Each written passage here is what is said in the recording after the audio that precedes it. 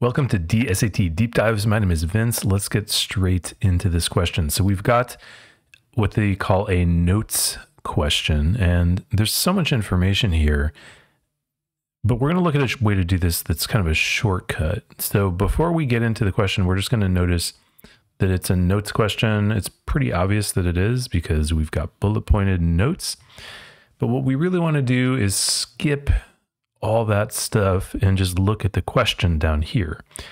And what we're going to do is we're kind of trying to find exactly what the question is asking. The student wants to compare the lengths of the two rail tunnels. Now, I know we don't really know what we're talking about yet. There's two rail tunnels, huh? And they have lengths. I don't know. I mean, I haven't read the notes. So how am I supposed to do the question? Well, let's just look at the answer choices and we're going to compare them.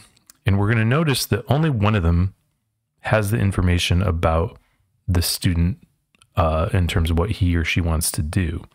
Let's look at choice A first here. Some of the world's rail tunnels, including one tunnel that extends from Folkestone, England to Coquelles, France, are longer than 30 miles. Is this comparing the lengths of the two tunnels? Now, bear with me. I know we don't know what the two tunnels even are yet, nor do we, maybe we'll never know. But in this one, A is not comparing anybody to anything. It's just saying some tunnels, or actually there's one tunnel in particular is longer than 30 miles. It's not comparing the lengths of two tunnels at all. So we're going to eliminate A. It just doesn't answer the question. What about choice B? The Syken tunnel is roughly 33 miles long, while the slightly shorter Channel tunnel is about 31 miles long. Hey, guess what? That's the answer. We know it's the answer because it's comparing the lengths of two tunnels.